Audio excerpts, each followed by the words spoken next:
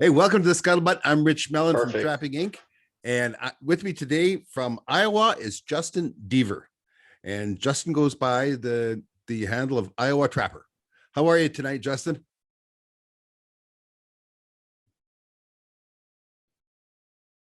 What happened?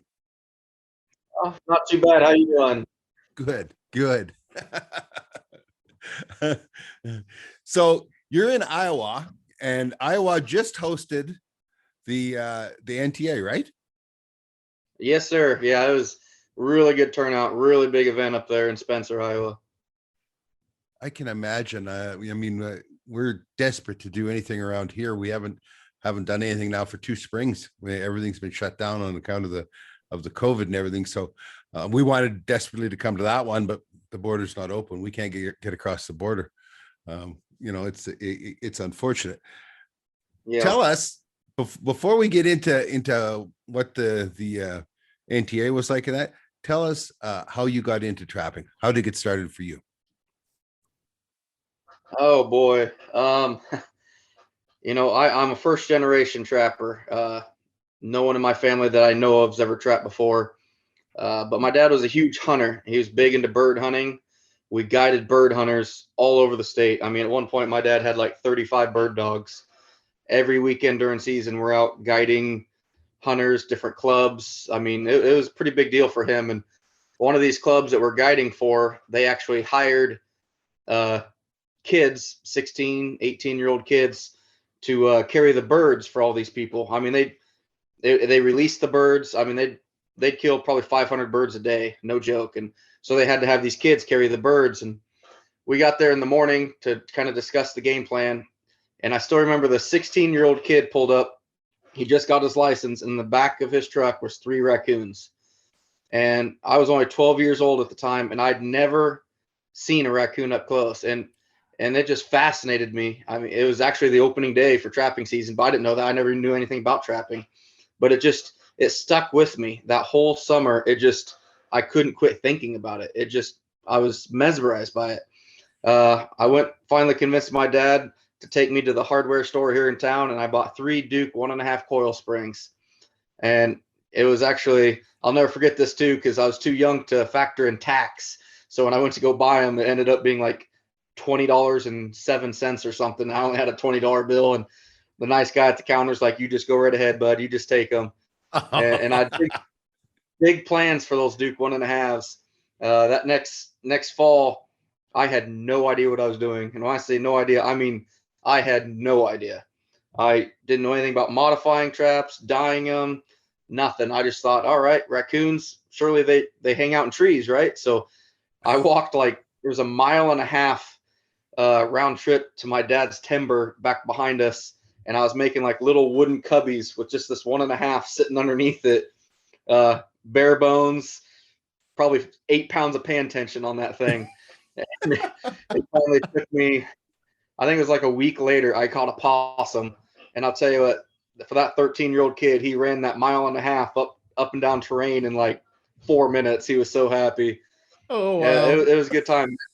And I was hooked ever since then. After that, I learned a little bit, and then I actually caught my first raccoon when I was early in high school. And we threw it in the back. I didn't have a license yet, but my buddy did, and we threw it in the back of his parents' Mitsubishi Eclipse, and got blood all over the trunk. And man, I heard about that one. Hey, But I yeah, gotta ask, what kind of yeah. dogs did your dad have? We had German short hairs. That was our main ones. We had a few English setters, a few Brittany's, but it was just German short hairs for everything. My dad had a Dixieland bloodline that was just phenomenal. Oh, we're big fans of the German short hairs, and we've had a few Brittany's as well. Oh, they're hardworking, honest dogs. You know what I mean? Uh, so were these And a good pheasants you family guys? dog.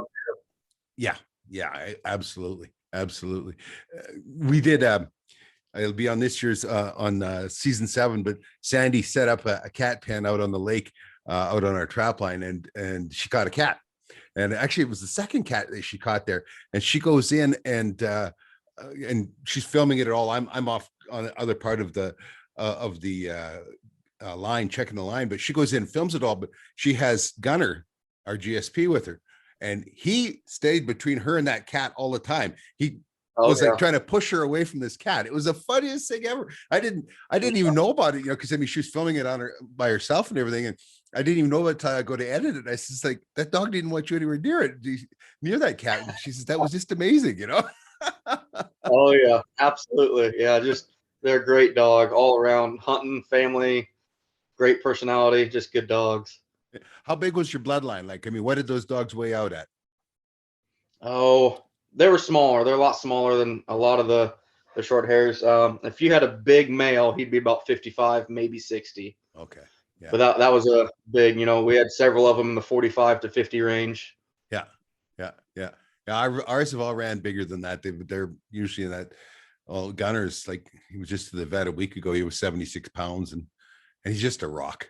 Yeah. But he looks so awkward when he runs. We've got a Weimaraner, Eli, the gray Weimaraner, and he is like poetry in motion. Like, honest to God, when you watch him run, he's just liquid. And I mean, his tail pumps as he runs, and he's just like watching water run, right? And Gunner is working so hard beside him to keep up. Yeah, and Gunner's very, very competitive, but it's so funny because he runs so awkwardly. But man, when it comes to heart, he's got the heart. Oh yeah, absolutely. It's like one of those tall basketball players. They look kind of goofy when they're running, but boy, they know what they're doing. Yeah, they cover a lot of ground, don't they? Absolutely. So you started with the Raccoon. You put those 3 1.5s to good use, and oh yeah, things progressed from there. Yeah, I really got into muskrats when I was younger. Just back because we used to have them in every pond around here.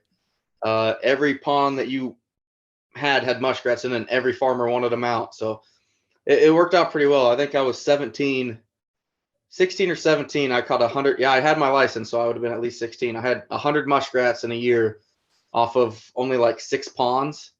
And I'm talking like 1 acre ponds, maybe 2 acre ponds.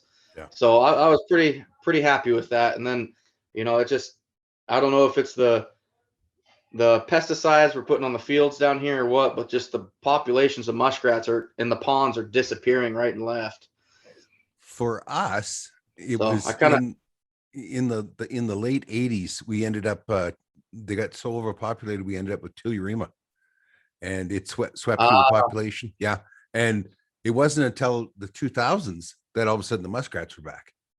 But when I was a kid, we there was nothing. We had muskrat trap line that we checked on the way home from school all the time, and we had caught lots and lots of muskrats, but then all of a sudden, boom, they were gone, and it was just because the Tellurima swept through, and we never knew.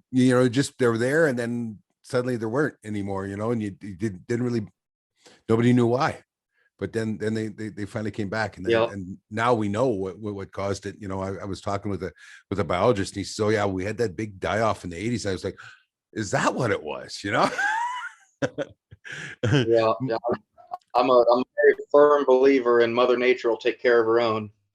With the muskrats up there, like you said, down here we got distemper, and it'll clean out the raccoon population just in months. We'll go from, I don't even know what our population is, but just crazy high populations, and it'll just come through and just wipe out 75-80% of them in just a matter of months. It's terrible.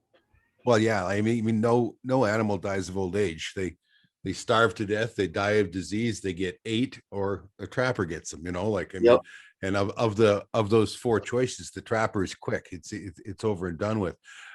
I know my total experience with raccoon is well, actually, what's up on that screen there? I think we had a 56 in that pile, and that was in cool. Yeah, that was in Saskatchewan last spring. That's in season 7 as well, and that's my total experience with it. I knew nothing about it, but it was amazing. He said to me, that raccoon is the #1 vector for rabies and distemper in the province of Saskatchewan.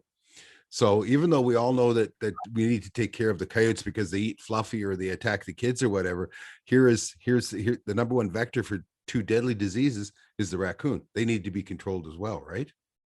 Oh, absolutely. When well, I actually had a pretty good scare here a few years ago.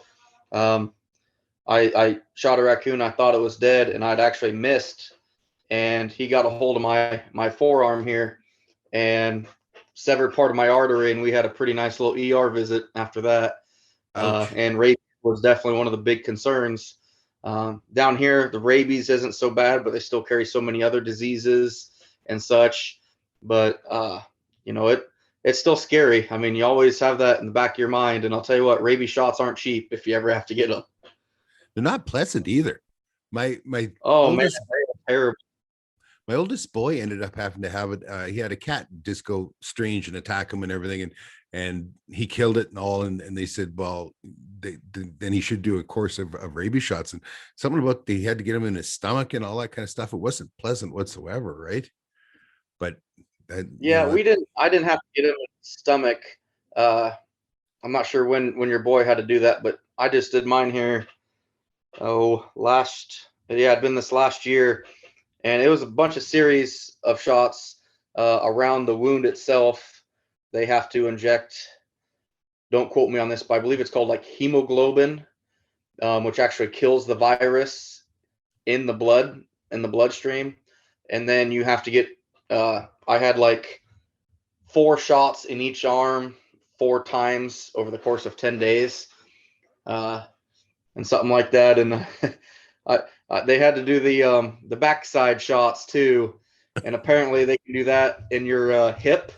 And I didn't realize that, so I fully exposed the nurse, thinking that they needed the whole thing. And nope, apparently it's just about the top 2 inches is all they need. So I could do you one better than that. We were in Costa Rica, and I got sick, and we'd been out street eating or whatever, and everybody had the same meal, but I got the one bad shrimp, and I am so sick, I'm dying. And they called it tico grippy, which is the tico's their name for themselves for the locals, and grippy is like a flu, stomach flu, whatever.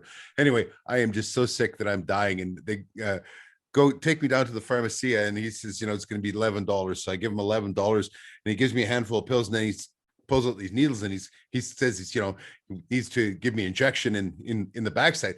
Oh, I'm so out of it. I do it right there at the right there at the main counter in the pharmacy, and he looks at me. He walks around and gives me a couple of shots, walks back, and he says, "Next time, Senor, we'll use the back room." Yeah. oh, I didn't care at that moment. I don't, to this day, don't know what was in those needles, but by the time I hit the street, I was great. wow, that's awesome. Yeah, for a good story later on, but boy, at first it's embarrassing. Oh, I wasn't embarrassed for about 2 days because it took that long before the fog lifted. But I tell you what, I mean, yeah. And so what? So what? It wasn't anything that was done intentionally. I know with my son, he'd been bit and in the stomach, so maybe that's why there was shots around it. But he was also maybe. Yeah, he was also bit in both of his arms. Like this cat just went totally crazy on him. It was a different situation. So you continued on with Raccoon, or did you spread out? Coon is definitely my bread and butter. Down here in southern Iowa, that is, I mean, they're so prevalent. For an example, I drive about 35 miles to work every day. Every day right now on that 35 miles, I'm seeing 4 to 10 fresh roadkill raccoon every single day. They're so thick down here. I mean, I don't even know how to explain how thick they are. It's just, there's nobody trapping anymore. It's just, and the populations are exploding. And honestly, I had distemper come through a little bit last year, not hit as hard as normal, but because nobody's going after these things, the populations are exploding. There's more and more every year. And like I said, down here in Iowa, in southern Iowa, we've got the corn, which is #1 food source for these things. And we got the big hardwood timbers with the oaks and the cottonwoods and stuff like that. And it's just, A plus B equals C right there. I mean, there's just so many of them. So do you trap them as a fur trapper, or do you do ADC, or both? Both actually. I got my license here about 4 years ago to do nuisance animal damage control work here in Iowa, covering not just raccoons, but groundhogs are a huge thing down here. There's a lot of people with bat issues, possums. You guys don't have any possums up there, but they're almost as thick as raccoons down here. I'll tell you So a you can't. stupid story. in southern Ontario now, and southern Ontario is actually quite a bit south of a fair bit of the United States, just the way it dips down around the lake, the Great Lakes. That, but Toronto, and that they have possums showing up now because, and they say it's because of climate change. So that, you know, that they just, that the weather's getting warmer and the possum are moving north. And I said, well, or it could be, you know, because the, you know, possum live in the snow down in the south as well. It could be just the fact that their populations are so high because there's really no value for them, right? And so what do the biologists do? They protect them. I said on the south side of that line, they try and kill every one of them they can possibly get, because they're a huge pest, and they're hard on. I understand bird eggs and turkey eggs especially. They're terrible robbers. Oh, huge down here. Absolutely huge. Matter of fact, there's several bird organizations for waterfowl, Turkey Federation. They're really trying to do something about the possums, because I mean they're the worst. They'll stumble onto a nest and just clean out a nest, eat every single egg there. They're so hard on, especially the quail. They're just you know, they'll scrounge up any type of food they can, and they're a predator of opportunity. So any nest they come to, it's cleaned out. And I think that's a lot of the big problem why our pheasant populations are down here is, you know, we've got so many predators. I mean, our raccoons just as bad. You know, they're going to clean out anything they can as well. But man, those possums, they're hard on stuff, and they carry a lot of diseases too. Yeah, they don't look like something you'd really want to touch. At least not me anyway. But tell me about the different ways that you trap raccoon. All I know about what we did there is we had a white pail with a 220 Belial in front of it, and we hung a stinky piece of fish in the back, and you came back and there was a raccoon the next day, you know. Oh yeah. Down here, one of the big things on my line is the dog proof traps.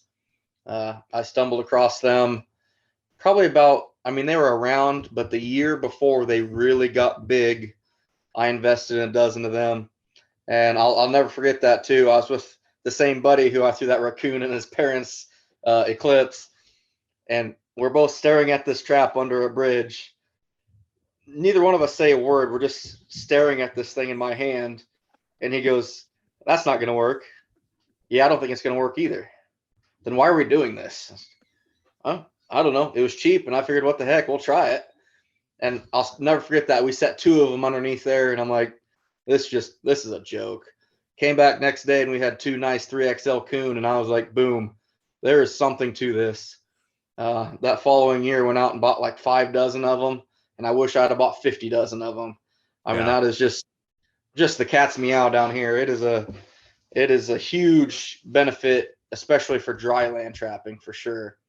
I run a lot of dog proofs, probably 75% dog proofs, but I'm also not afraid to use a bunch of 220s. 220s in trails is a huge thing for me down here, but the problem is our houses are so close. And in Iowa, legally, you have to be 200 yards away from a house to set any 220s or snares.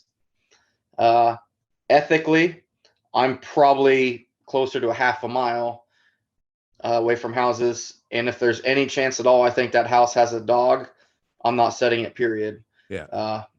Well, kind of got off topic there with where you're at, but just, you know, just because the rules or laws are certain. No, we wander all over the place. No, just, you know, but we got certain laws, you know, that, oh, we got to do this to protect the animals. Well, just because it's the law, you know, sometimes it should be even more so. You know, like I said, with 200 yards away from a house, and I see people all the time with range finders. Oh, we're 201 yards. We're far enough. Oh, that little boy was out there playing with his dog here just an hour ago. Why risk this? Throw a Yeah. dog proof trap out there. Let's avoid the opportunity altogether to have anything bad happen or to get any bad, looks on us as trappers. Let's just use our heads here. And I really want to stress that with people, use your heads. Just because it's within the law doesn't mean it's always the right thing. Very, very true. As somebody who does a lot of social media and ends up having to negotiate wars between people about pictures and stuff, it's like, just use your head, man. Just use your head. It's simple. Have you ever caught yourself yelling at the TV, telling the people that were hunting, fishing, or trapping they were doing it wrong? I know, we all do it. I do it. Well, here's your chance to come out on my trap line with Sandy and I and tell us what we're doing wrong. We are having a contest. We are giving away 3 days worth of trapping out on our trap line with us. All you have to do is get yourself to Grand Prairie, Alberta, and we will take it from there. We'll pick you up, we'll take you out to the trap line, and we will return your frozen carcass or your smiling face to the airport 3 days later. All you have to be is a member of trappinginc.locals.com. Be a supporting member. The draw is on September 1st. It's really, really simple. You go there to trappinginc.locals.com, and the very first post up on the news feed, it tells you how to enter and how to get in on this. We are easygoing. We are going to have a pile of fun. We are looking forward to having some new, fresh faces out on the trap line with us, and you're going to be a star or a guest of an episode of Trapping Inc. Season 8. Okay? Simple, folks. Don't miss out. This is a great trip. Number one thing that gets requested of us is, how can I send my husband trapping with you guys? I'm willing to pay money. Well, maybe I shouldn't be advertising to you. I should be advertising to your wives. Come to trappinginc.locals.com and become a member. Simple. Don't miss out. And now let's get back to today's show. I've never so much as held a dog proof trap in my hand. So explain to me what's special about them. Explain to me how they work. Well, how do you bait them, Oh man, I'll tell you what, actually I just did at the National Trapper Convention. They had the kids cave up there, and I actually worked with a vendor. I showed a bunch of kids how to use these dog proof traps. We had 54 kids show up to it, so I was pretty happy about that.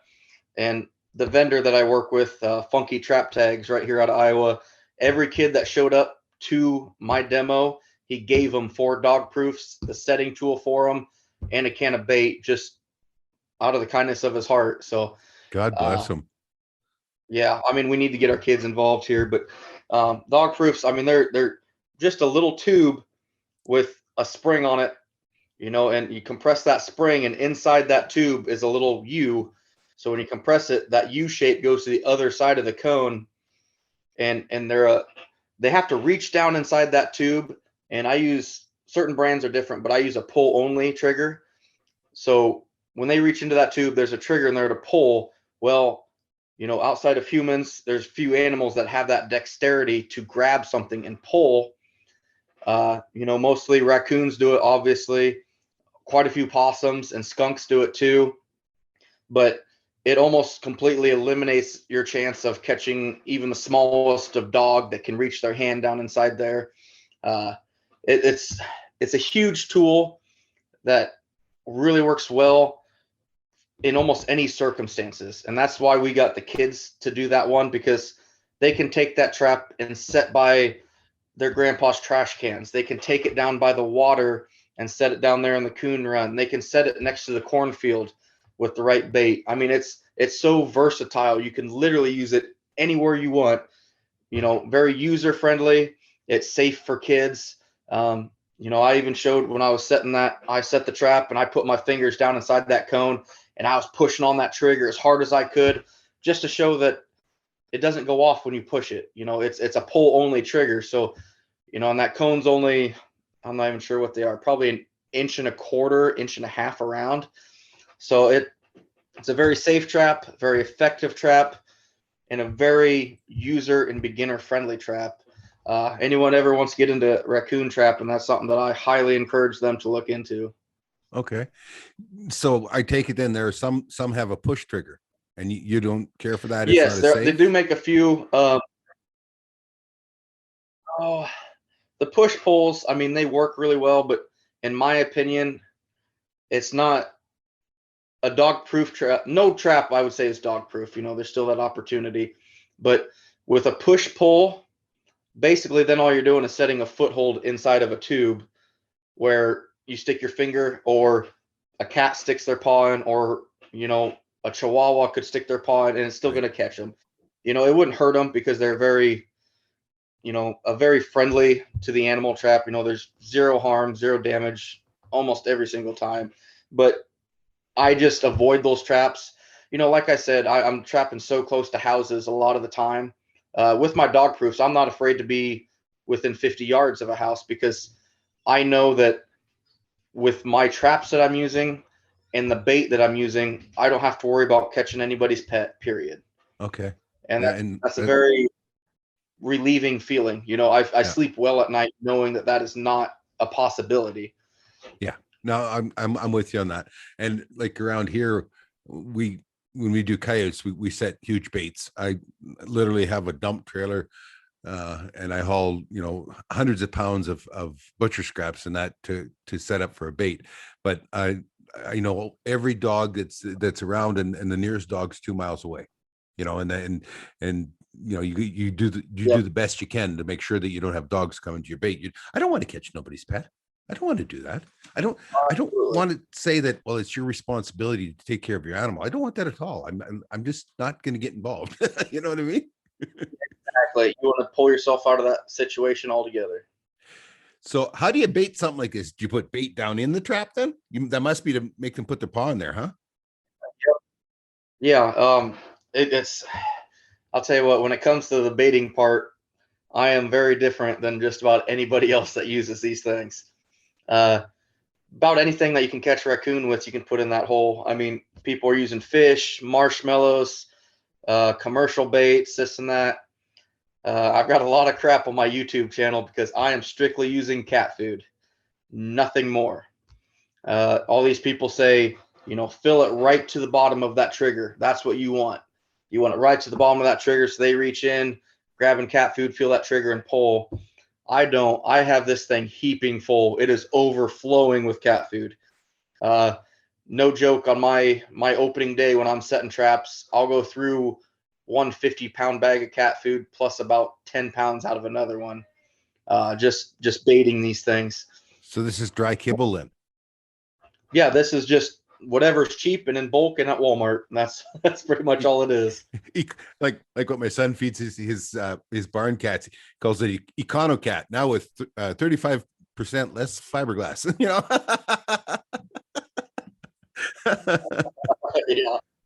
pretty much. But yeah, I mean, and anybody, I've always said in my videos, like, that's what I use, but anything works. Uh, I know people that there's like little things they call coon grabbers, and what it is just like this little, oh, it looks like it feels like a gummy bear, but it's a round circular thing, with little knobs on it, so they can reach down inside there and feel it, and it feels like something they want to eat. And there's all these things that work, but for what I'm doing, I need to be fast, I need to be cheap, and I need to be efficient. And Yeah. the best I found right now is just straight, plain, dry cat food. Do you use a lure then with that, or are you just sitting in a spot where those raccoons are, or you just got so many raccoons? Uh, all of the above, I guess. But actually, I don't use lure, but I'm setting that thing in Iowa here where I'm trapping. We can trap in the row, which is the right of way in our road ditches. We have 33 feet from the center of the road off to the shoulder that's public ground. And I'm basically trapping these things crossing the road. That's all I'm doing. Well, you get a big stand of a grove of timber, 300 acres of timber, and on the opposite side of the road is 400 acres of corn. I mean, that's setting in that funnel point for that big buck in November for a bow hunter. I mean, it's dynamite. I'm going to catch 4 or 5 coon minimum crossing that trail. And I'm just literally taking that dog proof, pushing it in the ground right dead center of that trail. And that's one of the reasons why I have that thing heaping full, is it's so full that it hits them in the nose almost as they're coming down this trail. So it's just, if someone slaps you upside the face with a steak, Yeah. hell yeah, you're gonna eat it. I mean, it's right there. You're not gonna walk away from it.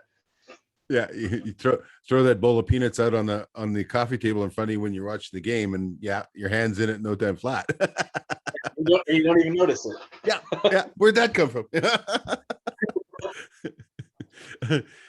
Do you gang set in a case like that? Would you have more than one trap? Absolutely. Yeah. I've had anywhere between, it's very common for me to have two. Very rarely am I only setting one trap. A few times I'm setting four. I had one really good trail that was coming from a denning area this last year. And I almost call these spots like super spots. And I think there's a lot more going on with it than I realize and many other trappers realize. Maybe someone's wrote a book on this and I have no idea where it's at, but there's certain trails that they look just like everything else, but they just keep producing and don't stop. A lot of the stuff on my road line, you'll catch the 4 or 5 coon coming down that trail to the corn, and then it kind of dies off because you've caught the cream of the crop, as I'd say. But there's certain trails. This one trail, I can't remember off the top of my head. I got a notebook. I keep track of all my daily catches on it, but I had 4 dog proofs on it, and I went 4, 4, 3, 4, 2, and 3, or something very similar to that in like 6 days. Ended up being like 24 coon off this thing in 10 days because they just kept coming and kept coming. And, I wasn't going to pull a set like that because it never died down. They just kept coming. And I've got a few spots that are very similar to that. That was my best one by far. But several of these trails, I'm catching 12 to 15 on, and they look like just the other trails. So that's something I really want to learn, is to find more of them and then just filter in good spots in between what I call these super spots. Yeah, that's amazing. It really makes you think, doesn't it? Is it the main corridor between two very important pieces of structure, or what? I know exactly what you're talking about. You run into those situations. I have spots like that especially when I'm martin or lynx trapping, and this one spot will produce all the time. I have another dozen that look just like it to me, and that doesn't produce nowhere near as good as that one single spot, right? So what makes that one special? I don't know. I'm still I learning. think there's a lot more going on. Yeah, I think there's a lot more going on in the animal world than we know, and that we comprehend for sure. Yeah, no question. So you trap along the road, like how many miles is your trap line then? My first route this last year was right about 110 miles round trip. Wow. I think I had out right around 400 traps at 187 or 188 locations. It makes it, I'll tell you what, it'll get you in shape real quick going up and down 189 ditches in the course of about 10 hours. I'll lose some weight, which isn't always a bad thing anymore. No, I've got my COVID-19 and then some. Yeah, absolutely. It's a lot of work, and that's one thing too. Like, it's very, very physical, but almost as draining is the mental fatigue. That's the thing down here. We have to check our traps every 24 hours. And for a trapper, there's no break in that. No. And I've had that discussion with, I work with a bunch of big bow hunters, and they're diehard bow hunters. And, we always have that debate of who's more passionate about their sport. And the thing I always point out to them is, like, if you wanted to one day, if it's too rainy or too cold, or you woke up and didn't feel good, you don't have to go. But as a trapper, I have to go. Yeah. There's really no exceptions other than a family emergency is going to allow for me to not go. And, when you're running, 180 to 200 stops every single day, the mental fatigue of doing the same thing over and over and over, it wears on you. It really does. Oh no, I hate you. Preaching to the choir, man. Preaching to the choir. I know what it is to run a long line. I'll have about 400 boxes for Martin. I'll have 180 of them loaded at any one time, and then there's all the link snares and all the wolf and coyote and all. Yeah, I know, Oh, and wow. that's every 4 days. You do it every 4 days, and you're out there for 3 days. Yeah. But you know what? I'm not complaining. God bless my life, and the freedom to do that kind of stuff is like I can't imagine living any other life. Oh, for sure. Absolutely.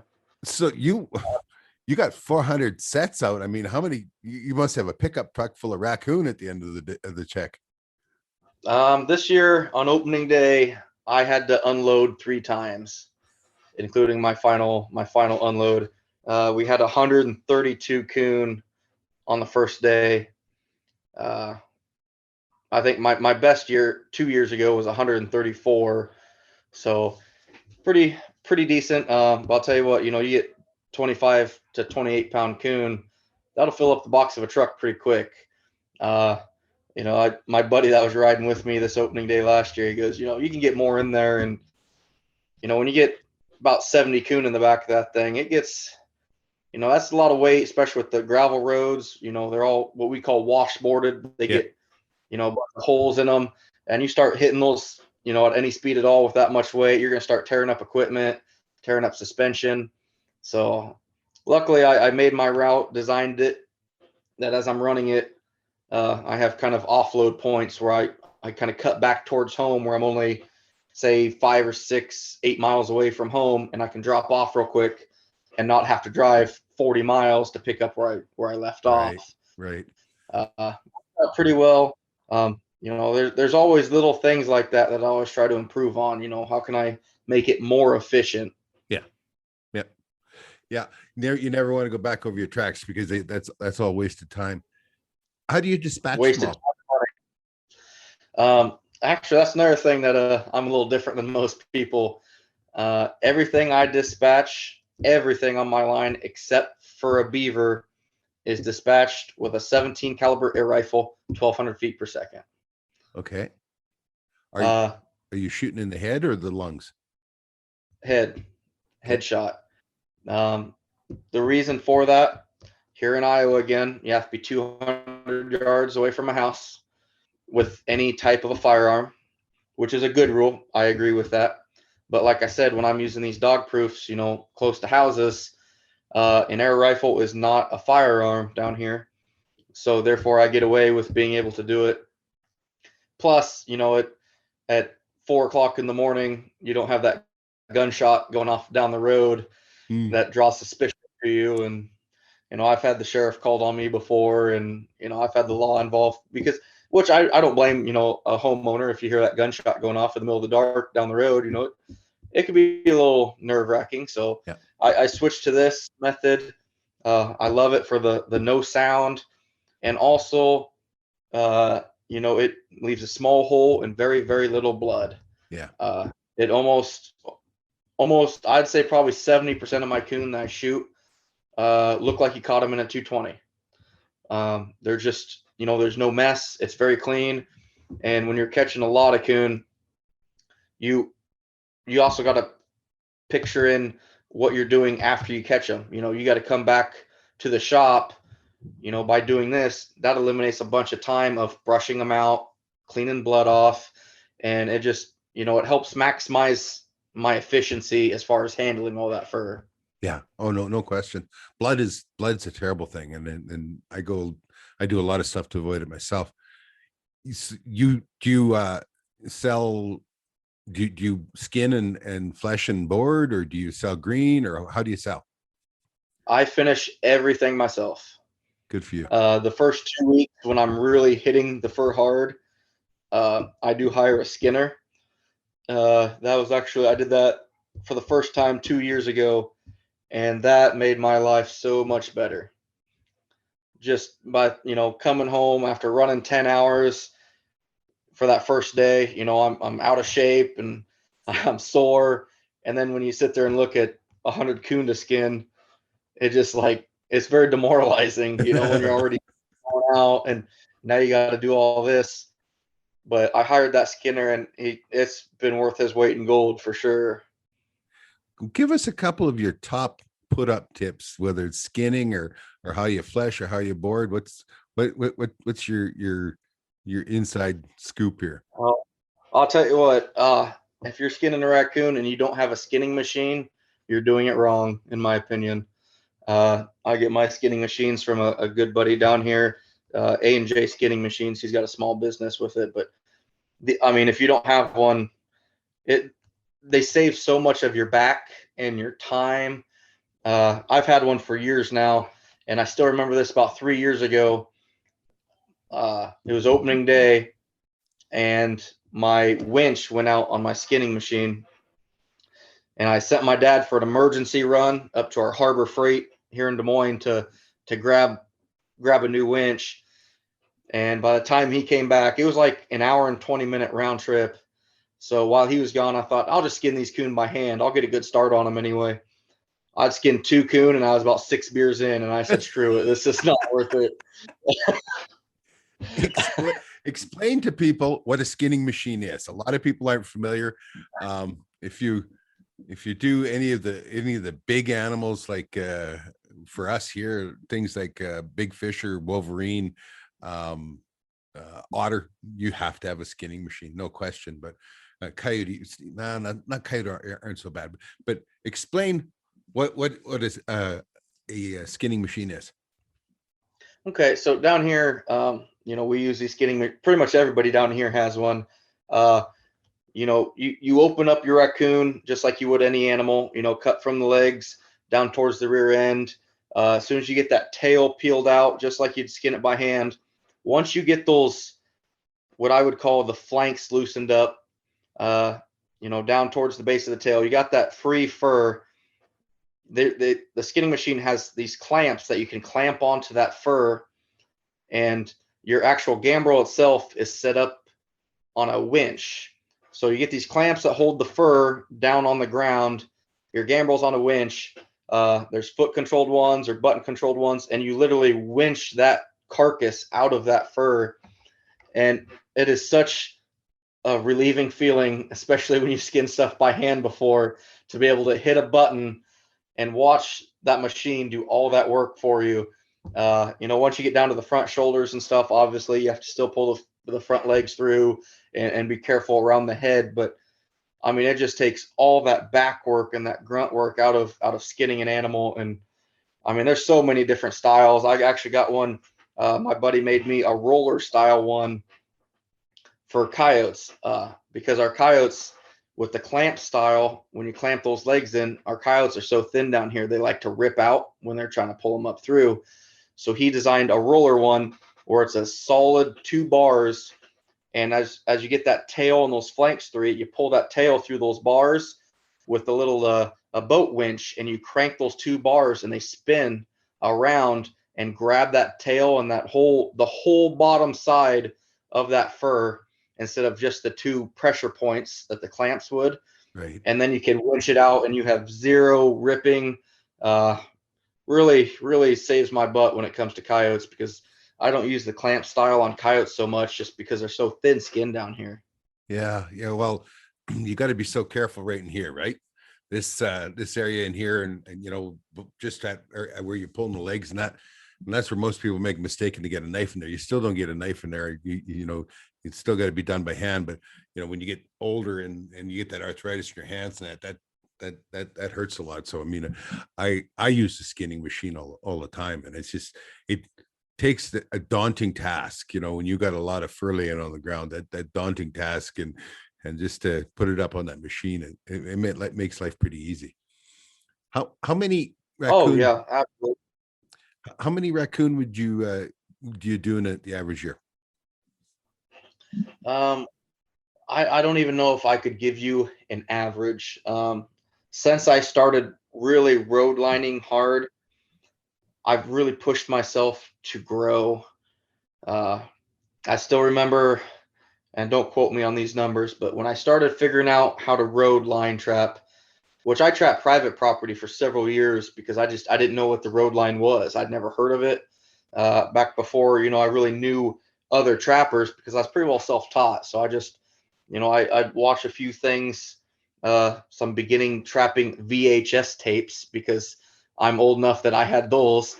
But I had a few of them that taught me where to look for, sign and stuff. But I didn't really have any trappers showing me the ropes or what to look for.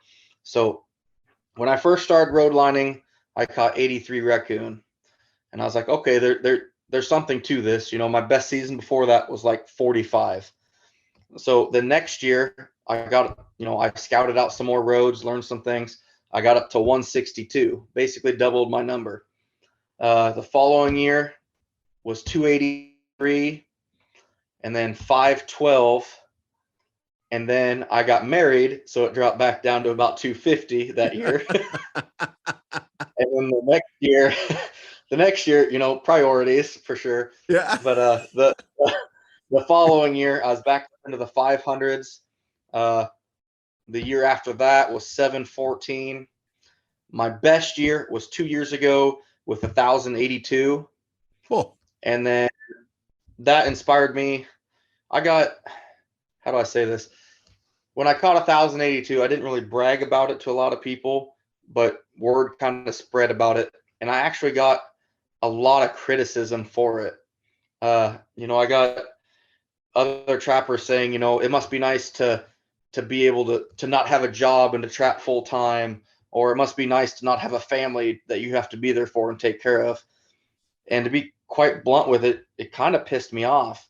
yeah. Because I have a full-time job. This is just something I love and very passionate for. At the same time, I had a young family. My daughter, she's almost ready to turn 5. My boy is almost 15. I have priorities above trapping, but that's what inspired me to film my YouTube channel, Iowa Trapper, because I had so many of these people telling me the only way you can do this is if you don't have a full-time job or you get laid off in the winter. And I wanted to prove to people that that's not the case. If you have what I call the drive, you can do anything you want to. And that's not just trapping. But and I set a goal to hit 1,000 coon this year. Really thought I was going to do it, but I'll tell you what, that whole filming thing. Hey folks, Rich from Trapping Inc. TV here, and it's no secret that I'm a big fan of coffee. Our friends at Old Smokes smoke roast their coffee beans over wood fires. You have no idea how good coffee can taste until it's smoked coffee. Did you know that studies have shown that just the smell of fresh coffee can boost brain activity? Yeah, it's that good. Sandy and I have teamed up with Old Smokes Coffee to make our own Trapping Inc. coffee blend. Let me introduce you to Wolverine, an ultra dark roast coffee bean smoked over maplewood fires. This is the pure, uncut trapper's fuel that keeps us laughing and trapping all day long. If you'd like to try our special blend, you can find it at www.trappinginc.com/shop. If dark roast isn't your thing, Old Smokes has 5 different coffee roasts from light to extra dark, each roasted over a different wood for a unique flavor. Right now, you can order from their online store and use our promo code RICH, that's RICH, and get 10% off your entire order. Just go to www.oldsmokescoffee.com. That's OLE smokescoffee.com and use the promo code RICH. That is promo code RICH for 10% off your entire order. And now let's get back to today's show. That took a lot more work than I thought it would. We ended short this last year. I had 897, which I'm still happy with, but I've got a lot to learn between distemper coming through, not making excuses why I didn't hit it, but there's several things that I'm still improving on myself to always get better on. But I just did it just to prove people wrong in a way, I guess. That you can still have a family that needs taken care of. I remember a couple times on my videos that I said, hey guys, we got to cut it short right now because my daughter got sick at daycare, so I got to go pick her up. I'm going to have to run the rest of the line tonight after dark. Things like that, and people think that it's not an average blue collar worker with a family, they think that's impossible to hit 1,000 coon. And down Yeah. here, that's kind of the magic number of what, what people shoot for is if they want numbers, they want to hit 1,000. Everybody wants to hit 1,000. And I It's just did it to prove to people that it can be done. it's impressive. I always get a kick out of because everybody looks at you and says, God, are you so lucky you can do that? And my answer to that is, if you work hard enough, you can get that lucky also. Exactly. And that's the truth. That's the honest God truth. If you do what I call the homework of your preseason, which I'm sure you know what I'm talking about, get your preseason stuff done, find your locations you want to be at well before season gets here, all your equipment taken care of. So that way, as soon as opening day hits, I mean, you're out the gate, you're going. Yep. You're not sitting there looking for locations. You're not looking for places to go. Oh, I better tag these traps. No, everything is done, and you hit that gate running. There's two kinds of trappers out there, and I always look at it like this. I got a buddy who owns a sporting goods store, and he says the number one day to sell a new archery outfit, a new bow and arrows and all that is the day before deer season. And then there's Rich's style of trapping. My winter's wood for this winter is already put up. You know what I mean? I'm ready. Exactly. And I preach that so much in my videos. Like, if you want this, and all you need is the work ethic, the facility to handle those kinds of numbers. Because it's not just trapping them. You got to figure out what you're going to do with them. You can't just show up to your, that little 10 by 10 spot in the basement that your wife allowed you to use to skin stuff with 100 coon. You've got to have a setup to handle it, or have someone buy it on the carcass that day and have all that lined up. Yep. And the drive, the willpower to push through it, and you got to have the populations. I mean, that's something that it's so different up here. We're at the NTA convention. When I was up there, they don't have timber up there. I mean, it is just barren corn ground. And, if I'd go up there trapping, I really think I'd be lucky to hit 100. It's so different. But when I went up there, I got to pick the brains of some of those trappers that are from that area and just learn their techniques. So if I ever was to spread my area, it's just, it's kind of cool to learn how they trap them. All their raccoons live in drainage tiles. So you get all these drainage tiles running through the crop fields, and they crawl up them in the creeks, and they stay there. They live there. That's their denning area. And it kind of blew my mind, because that's something that I'd never heard of. It's kind of interesting. Okay, so let me follow this through here. In a field, they'll have drainage tile to drain the field. Is that what you're talking about? Yeah. Yes, they'll have down here in the Midwest, pretty much every field is what they call tiled. Basically just a network of plastic tubes under the field to help drain it. Because sometimes we'll get 3-4 inches of rain in a matter of hours, it seems. Well, for those crops to stay, to not kill the crops, they need a way to get that water off the fields. So they'll have drainage tiles, and they'll all kind of converge into one larger tile, which filters down towards the creek. It's almost like a road system leading to an interstate or a highway, and then leading into the creek. It's pretty elaborate. I mean, some of the systems that they got, but yeah, those big coon, they have no trees, no denning areas, so they'll live in them in winter. And I had no idea about this. This is fascinating. I tell you what, I was just blown away as you were when I heard about this. I'm almost feel like I'm getting my leg pulled here. You think about that's quite a network that's got to go on underneath that field. There's a lot of expense there. No, this every spring down here. If the field's not tiled around here, it's pretty rare. And every spring all these fields will have all these. It's a big tiling. Basically, it's like an auger type thing. It just circular, and it just rips dirt out of the ground, and they follow it with this reel of 1,000 foot of plastic tubing and lay it in there, and then they connect them all. And it's pretty interesting. But that's what they got to do to get keep the fields, I won't say dry, but get that excess water off them. That's It's pretty crazy. wild. That's crazy And as there. soon as that frost is out of the ground, I mean, they're hitting it. I got a couple buddies that do that for a living, and they said they can make their year's salary in about 3 months' time, pretty easy. Wow, that's neat. So that becomes then habitat for the coon, and that's what they've got to target then is where the big collector tile are, and that's where they set around. That's what it's like. It's pretty interesting. I'd never heard that before, and and different different parts of the country are so much different. Uh, and go. That's one of the best things about going to like a national event.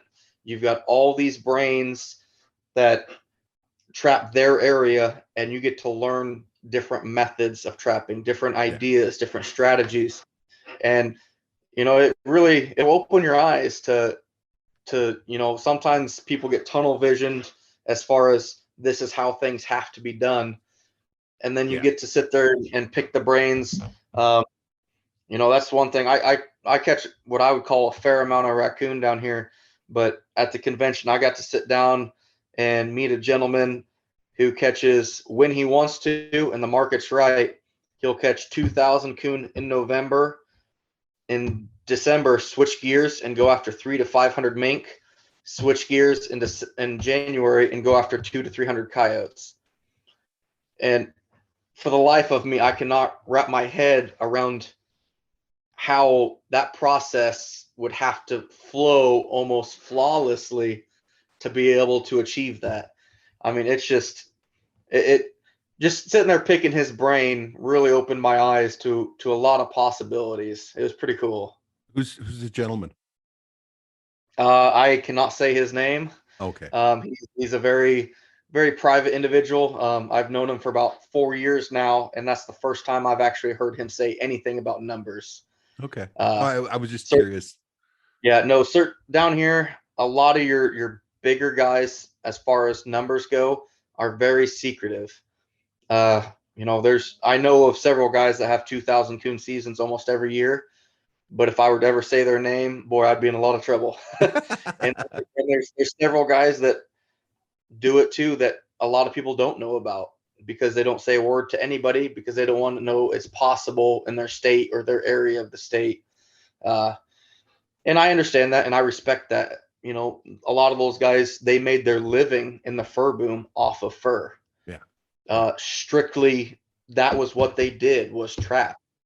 And I've been fortunate enough to get in with the trapping community enough that I can talk to these people and pick their brains because I firmly believe that we all can learn from each other, no matter who you are. And just sitting there, it's like the NTA. There's several nights, we're all sitting around about midnight, 1 o'clock, 6 or 12 beers in very easily. And all of a sudden, a certain person starts talking about coyotes, and you can hear a pin drop with 30 people because they want to listen. Yeah. Because that person, when he messes around, he catches 200 coyotes in a year. Yeah. When he wants to, he's a 500 coyote guy. And just, when those people talk, I always advise it, listen. I mean, you're not going to get any better information than right there. Hey, it's the truth. That is the absolute truth. How long is your raccoon season? So we start here. It's always the first Saturday in November. This year coming up is going to be November 6th. We can't start until 8 o'clock in the morning.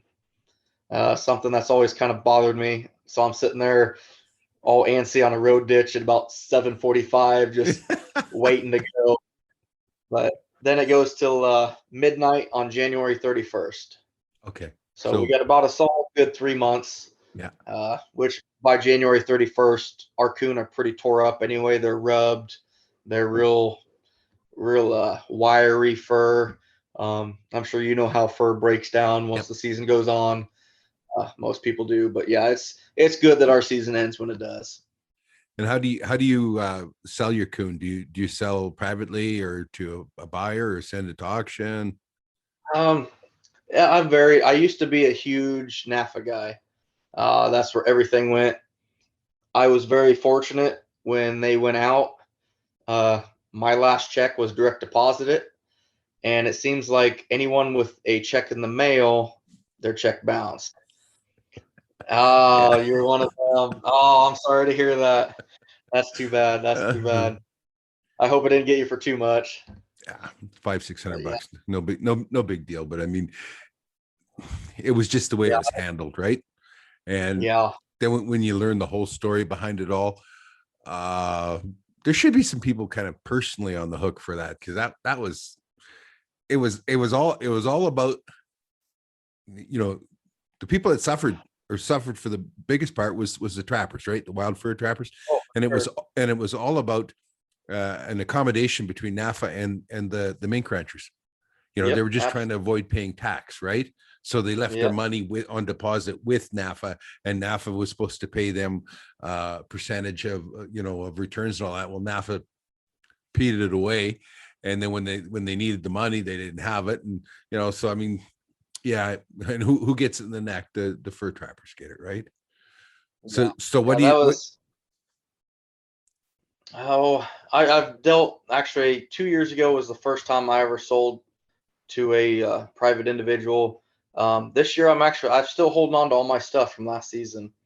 Everything's finished. I got a big walk-in freezer that once I get everything finished, I turn that freezer basically into a refrigerator, keep it about 35, 40 degrees, just to keep our beetles out. Yeah, We got those, I can't think of the name of the type of beetles, but they'll eat through dry skins. Uh, they're really, really hard on stuff. So I have to keep them refrigerated. And I'm just kind of waiting to see where the market goes this year. We're sitting on several hundred of them. I sold a couple hundred small ones to a tannery just to kind of give them some furs to sell, but just kind of waiting to see. I hear rumors of the fur going up, but I've heard that for 3 or 4 years now. So I'll who tell you knows? what the biggest thing is: if we can get seats, people in the seats, buyers in the seats at the auction, it'll be good. Absolutely. It'll be good. I mean, and that means that border has to open up again. And we've done surprisingly well. Coyotes have held really, really well. Uh, Castor is off the charts. Like, our Western beaver aren't worth much, but the Western castor is worth 120 a pound right now. And Yep. that's, so I mean, that's good. Um, Things came back. Lynx came back. Lynx cat came back. Like the Western bobcat, they came back good. Beavers up and down. If you're taking them in the winter for a good felting, those Yep. ones, they're paying a good price. Uh, we just need people to get here. Like, I know the guy who owns Fur Harvesters Auction, and as much as everybody wants to say, well, the auction is a ripoff and everything, and you pay a percentage and all that kind of stuff. Without the auction, setting a global price, we're kind of at the whim to whatever the local guy wants to pay, right? And so it's kind of Absolutely.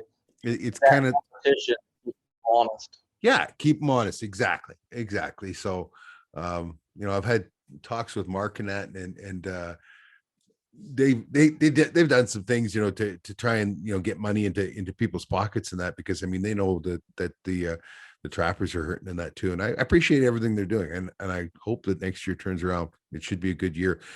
There ain't much fur out there right now. Like, I was surprised at how many.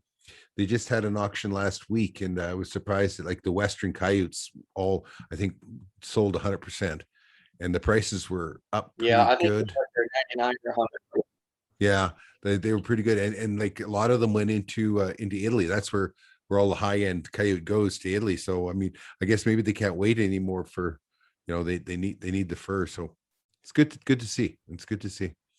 Yeah, absolutely, and that's what we need. Like you said, if you get fur harvesters, up there in Canada where you're at, if they can open up the borders, fill those seats, it's a lot more.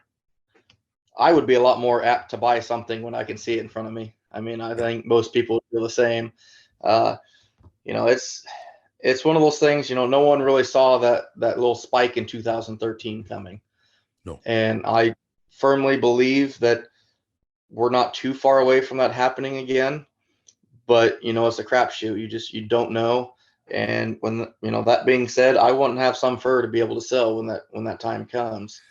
The So worst it's the worst part about what happened in 2013 was that we were getting drug along with the ranch fur. Okay, It was the ranch mink. Ranch mink went over $100 a mink, and that drug everything else along with it. When a female mink gets down to $12, well, then she sells, and our muskrats drop in price because it takes 3 muskrats to make up the amount of fur that you get off of a female ranched mink. But we're constantly being used as the justification for ranch mink, right? Because for the ranchers, because while they use our fur for trim, and they honor this this historic business and everything, that opened and explored North America of trappers and all, but we're just getting used. So we really never know where we stand just as wild fur. Right now with the ranch mink that have been killed all over the world because they got COVID. Who knew him? Who knew a mink could get a cold, right? But anyway, it's suddenly, our fur is kind of standing on its own, and I'm kind of excited to see that. I'm kind of excited. I am too. I think it's a big step for our fur. Like you said, we've always been kind of the side saddle to the ranch mink for a long time now. We've never really been the desired fur. When you can genetically mutate, these ranch furs to be exactly what they want, it's hard to compete with that. Our fur, nothing against our fur by any means, but they're going to have flaws or little splotches here or there, or if just little issues with them. When the ranch fur was almost flawless, now I don't even know how many ranch mink we're down now, but we're down to what, like 10% of what there used to be. I mean, it is just, the numbers aren't there. So we're gonna see. I keep hearing talk of good things for our wild fur. It might not be this year or next, but with the ranch mink population so far dwindled, I mean, we're gonna stand on our own. This is our opportunity to really show the world what that beautiful Arctic fox or raccoon or muskrat fur can do. So yeah, I'm excited. And just to talk about raccoon, I mean, I'd never touched a raccoon before we did that show. I'd never touched one, so I didn't know anything was. Really? Everybody calls them trash panda. You guys need to be slapped because they are the nicest fur ever. Like, I mean, these ones were fresh out of the den because they den all winter long, and because it's northern and it's cold, and so they were just coming out of the den. We were catching them at the denning sites. There was no damage or rubbing or anything that had happened. It was beautiful. It was that the fur was so thick it was non-directional. How a lot of fur, you can brush it one way and it lays down, you brush it the other way, it stands up. Well, these raccoon, you could brush any which way you wanted to and it still stood up. It was just so thick. Like, I mean, I was so impressed with it. It was like, I don't understand why it's not a more popular fur. And then somebody told me it's got to do with weight, that like a raccoon coat weighs a lot. I don't know. I've never seen one. I guess I never heard that before. I mean, that'd be interesting. That's news to me. But you're right though. I mean, it's a very lush. I mean, full of guard hairs. I mean, it's a beautiful fur, and it stands straight up. I really hope they can start utilizing it, especially for my sake down here. Yeah. So tell us a little bit about the NTA. How big a turnout did they have this year? Or do you know, or? I never heard the final numbers. They were anticipating somewhere between 6,000 and 10,000, I think. I don't think we quite made those numbers, but I'll tell you what, it was a blast. I got up there because the actual event itself was Thursday, Friday, and Saturday.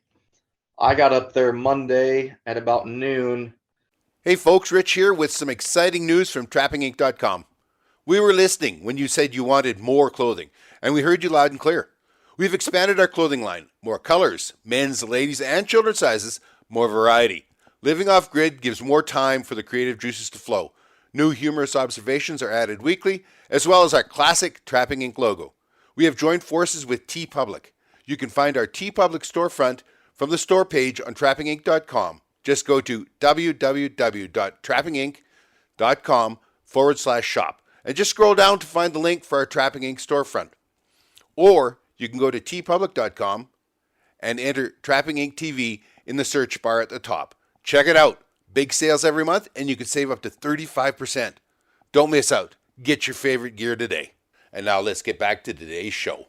I was supposed to be up there really early Monday. I was planning on being there about 8 o'clock Monday to help set up, but I put my little daughter to bed on Sunday night, and I think she's starting to understand what it means when Daddy said he's going to be gone for a while. I put her to bed. I came downstairs and she yelled at me. I went back up there and she's just bawling and she's like, "Bye, Dad." And I was just like, you know what? I'm going to get you guys sent off to daycare in the morning at least. I can't, Yeah. my family's always number one. Yeah. That just melted my heart right there. So I got up there a little late, but helped set everything up. The Iowa Trapper Association kind of hosts it. The members of that and volunteers are the ones that kind of set it up since it was here in Iowa. But it was huge. We had, I think, 118 vendors. Oh, wow. We had probably, if I had to guess, probably 4 square blocks of tailgaters. It'd be pretty equivalent to that. We don't know what that is. Like here, Sandy and I, we got to the one at Pecatonica, Illinois, and we got to Escanaba. They're only like 35 or 37 hour drive from here, but whatever. And we had a pile of fun, but we didn't know what tailgating was. Like, I mean, of course, we've seen a little bit on the football games, or whatever, where you cook brats in the parking lot outside the stadium, but I didn't know what this tailgating thing was. I mean, so it was pretty cool, and all of the stuff for sale out there the tailgaters had for sale. That was just amazing to go wandering through there. I mean, there was everything that man has ever invented, and a lot of things man has thrown away was out there. You're not lying there. I mean, anything you can think of, it's there. Yeah.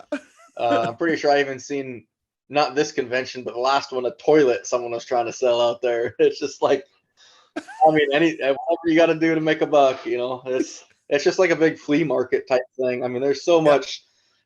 I mean, it's mostly trapping stuff, obviously, but there's so much. One of the people there was selling it's pretty cool, like brand new, like homemade skillets, like cast skillets. I mean, they're really cool looking, but they had this whole booth outside for it.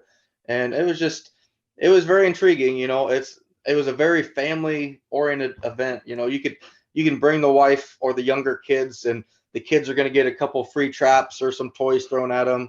The wife there's places there. One of the vendors, they dealt in crystal jewelry, not trapping at all related, but it was just cool. That's somewhere where the wife that doesn't really care about trapping could go. And it was very, very family oriented. They had the Kids Cave. It was the National Trapper Convention's first annual Kids Cave. And I am so honored to be part of that and to give that demo that I did with that. But they had so many people donate stuff for this that every kid that walked through those doors, they could make an extension, like a trap or a snare extension. They could make a sifter box.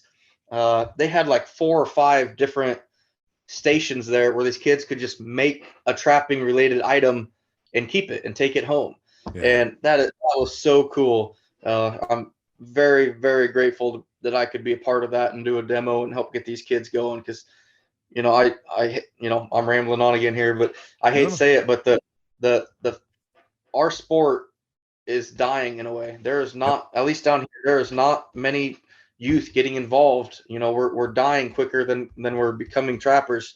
And, seeing that many kids get involved with this, I mean, it's just, even just now I'm getting goosebumps thinking how awesome that was. It was a very, very honorable experience for me. Well, Alan had reached out to me about it, and we couldn't get across the border. I mean, we just couldn't, but I was very excited too, because I've always said, I mean, we've got to 2 things we got to do. Actually 3. We have to clean up our acts so that things we do things the way they should be, not just by the law. We have, and we have to bring kids in. We got to educate, which means sharing, whether it's me to you or you to me, or in this age group and that. But that third piece is the children. We've got to bring those children in and teach them, because in my lifetime, I mean, and I'm somebody who never ate domestic beef until I was 18.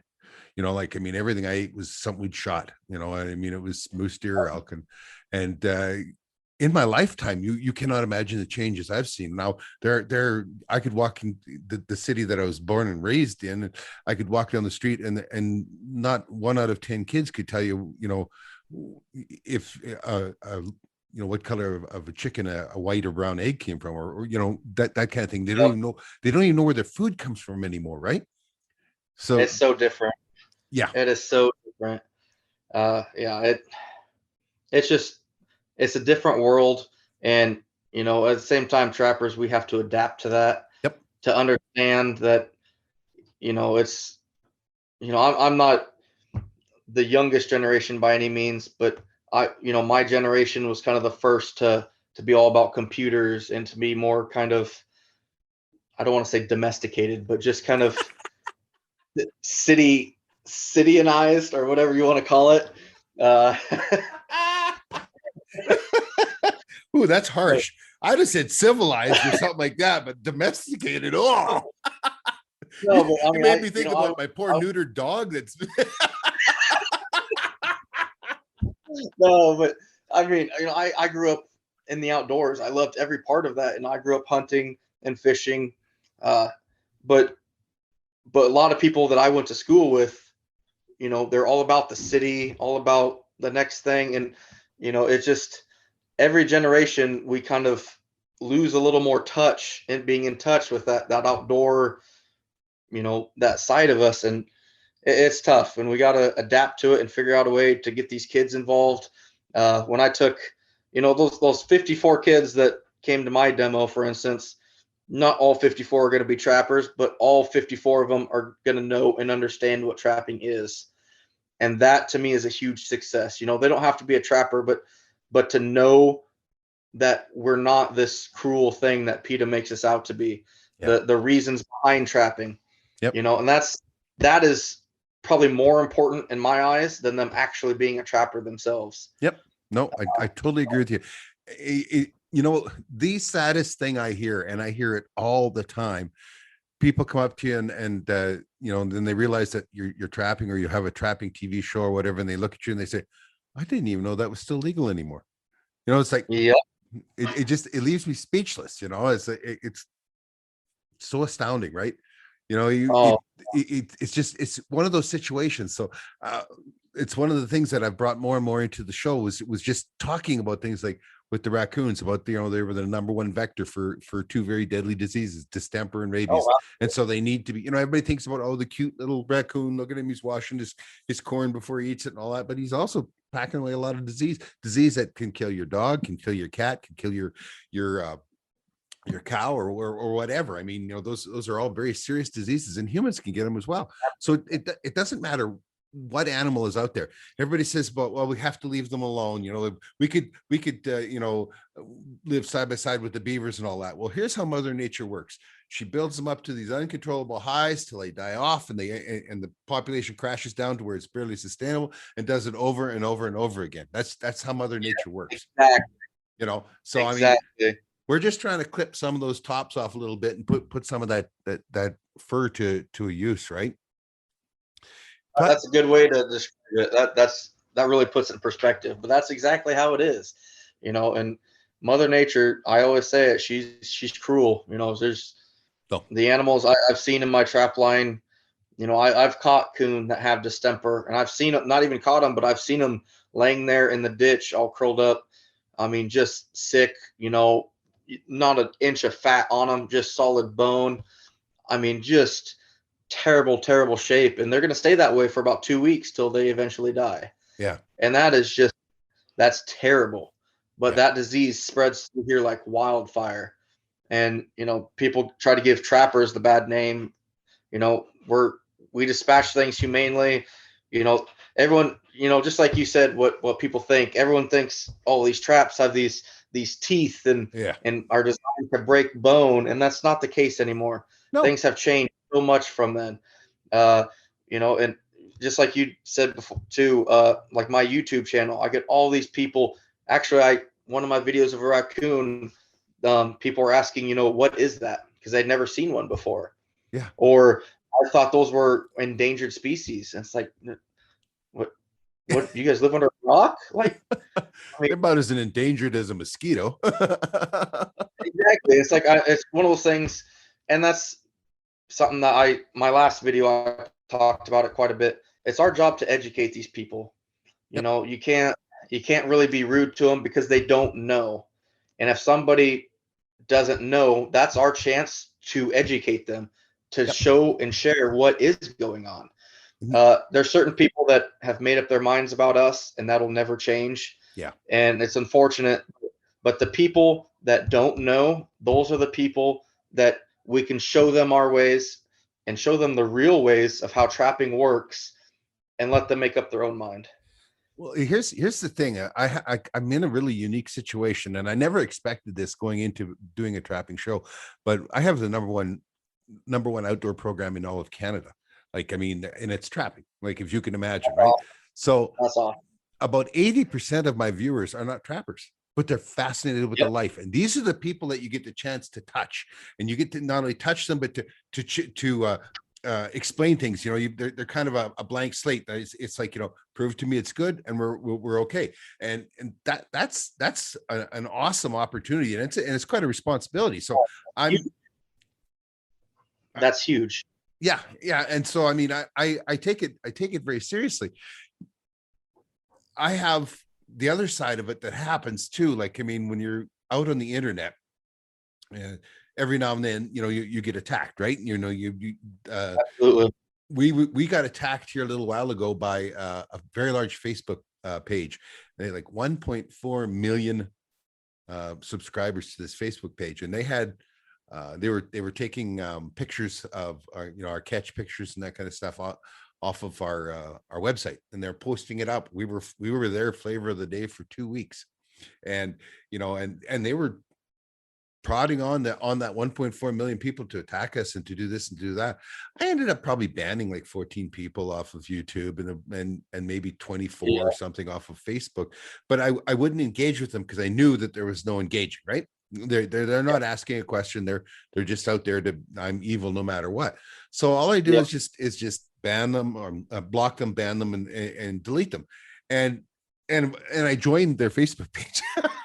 So I go in there and see every day, you know, what they're posting about us. And then pretty soon they're all whining that he won't engage, just bans me and blocks me. You know, I didn't give them what they wanted. They wanted this big dust up out in cyberspace, and they wanted the attention, and that I didn't give it to them, and they went away. So it just goes to show, you know, I mean, how little skin these people have in the game. They can't even sit there in front of their computer for, you know, 3 days in a row, and they're gone because it's not fun no more. Like, I mean, they have a shorter attention span than a possum. You know what I mean?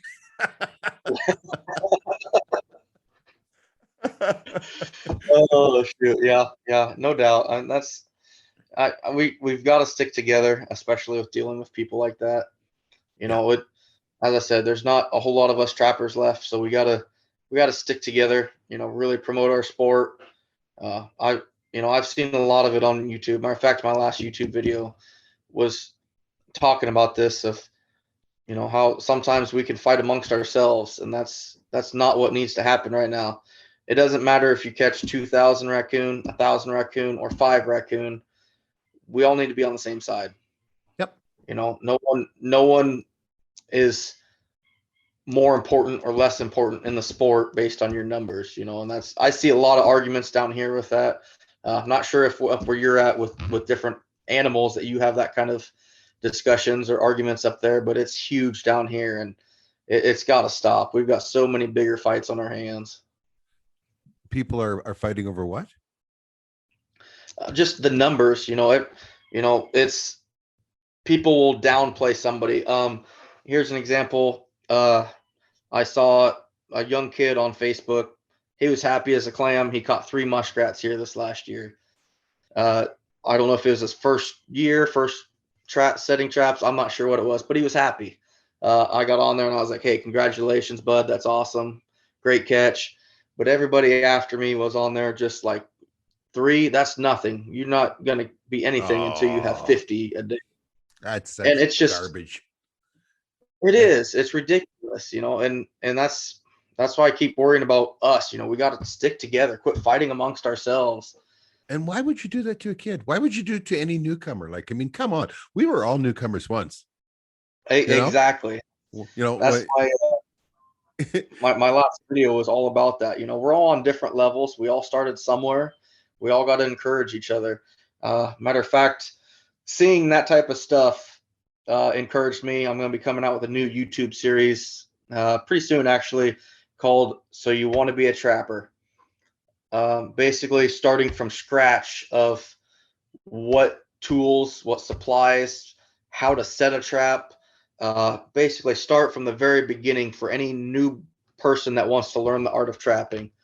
Okay. So I'm pretty excited for it. It's not going to be really really exciting for a lot of my followers who want to see me catch big numbers and stuff, which I'm still got my big goals, but I'm going to take time to slow things down, show people how to make a pocket set, which is basically the go-to raccoon set down here, how to make a dirt hole set for coyotes from the very beginning, just slow everything down, how to loosen that pan tension on that Duke 1.5 so it's not 7 feet pound, but just completely start from scratch. I see a lot of videos on YouTube of people out trapping, showing catches and stuff, but I don't see a whole lot on the beginning basics. So I'm gonna take some time and focus on that.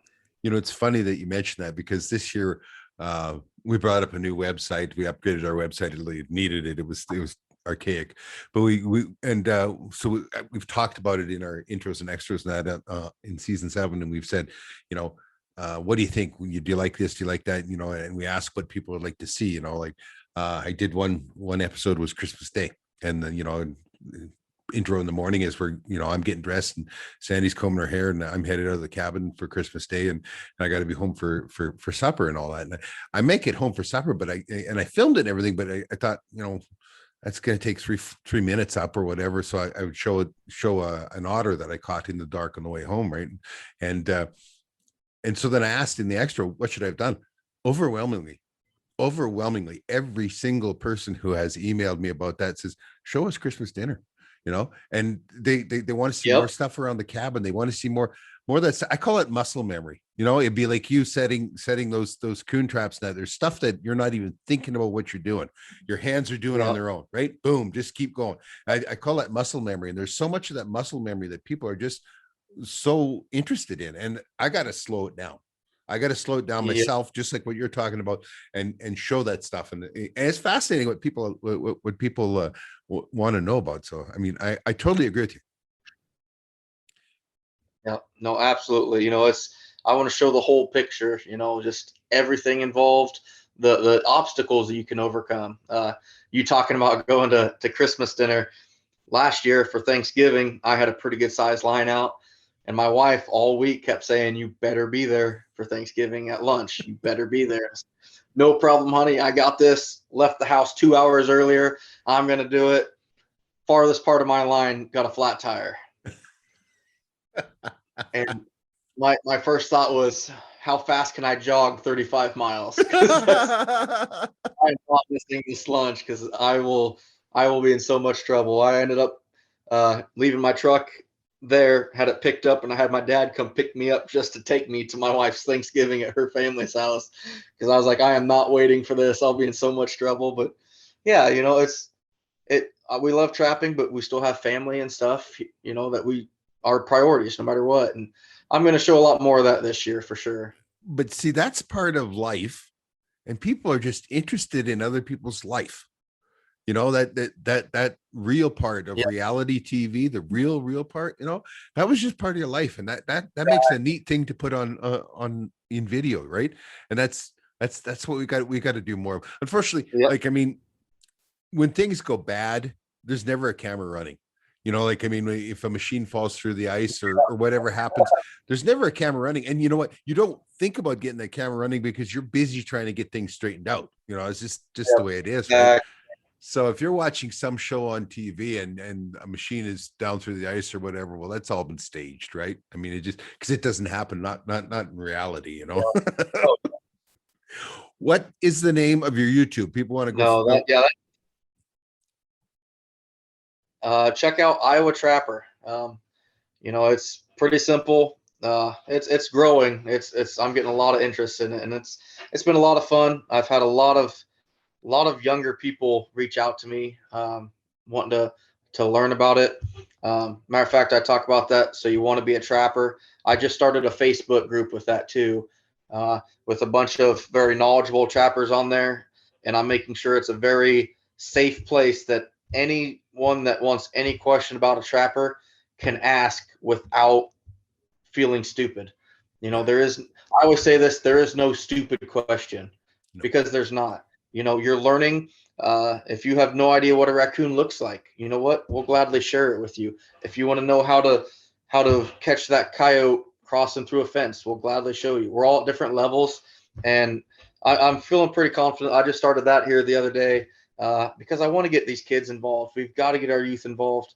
A matter of fact, last year on my season, this is kind of a cool story. I did a groundhog animal damage control job about 30 miles west of me here a couple years ago, and it was far enough away that I asked the owner of the home if she could check these traps for me. So if it's empty, I don't want to drive 30 miles over there.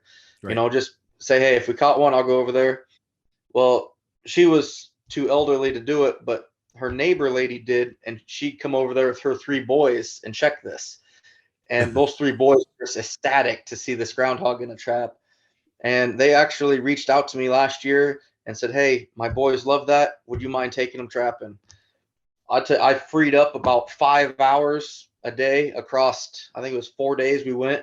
I got some private ground to go on, because, I want to keep them off the roads. Obviously, they're younger kids. I got some private ground. We lined up. I showed them. We caught, I think, 1 beaver when they were with me, a bunch of muskrats, a bunch of coon on a creek. And, did it cost me some of my road line and my catch numbers? Probably, but I would do it every single day if I could, because we need to get kids involved. And I'll gladly do it anytime I can. I answer any question that a new person has. I'm huge into that. We cannot let this sport, become something of the past, and that's the big part of it right there.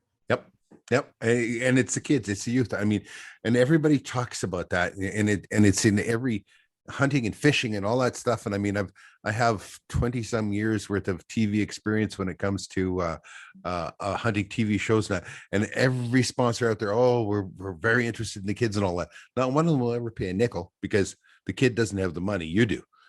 That's who they pay to advertise to. But there's nothing more important than kids. Nothing. Just nothing. Nope, absolutely not.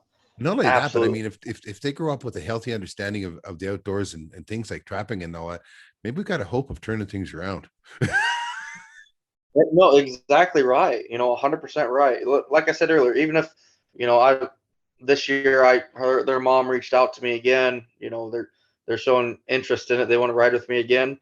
When they're done riding with me this year, I'm going to give each one of them a couple dog proofs, and their dads both said, yeah, we can take them out a little bit and do a little bit of piddling with it. And I said, good. As long as they're going to get used, I'll give each one of those kids a couple dog proofs to go out and have fun with it. Doesn't bother me the slightest bit. That's what we need. We need that. That's awesome. That is awesome. Well, bud, we have gone for an hour and a half here. Boy, it feels like 20 minutes. I know. Well, it's fun. We get talking, right? We meet as total strangers. 90 minutes ago, we meet as total strangers, and now, we could sit down and have a few beers or coffee or whatever, and just keep on going all night. Absolutely. I could too. That was one of the good things about the NTA. I mean, you could go all night. Yeah, been there. I'm going to thank you for your time, and we will do this again. Maybe we'll get to meet in person here one day in the future. But thank you for your time, Justin. Absolutely. And for all you guys out there, I appreciate you. All everybody out there in the internet world that are tuning in to watch us or listen to us, you can catch Justin on YouTube at Iowa Trapper, and we of course are Trapping Inc. TV. This is the Scuttlebutt podcast, and maybe we'll see you down the line. Good day.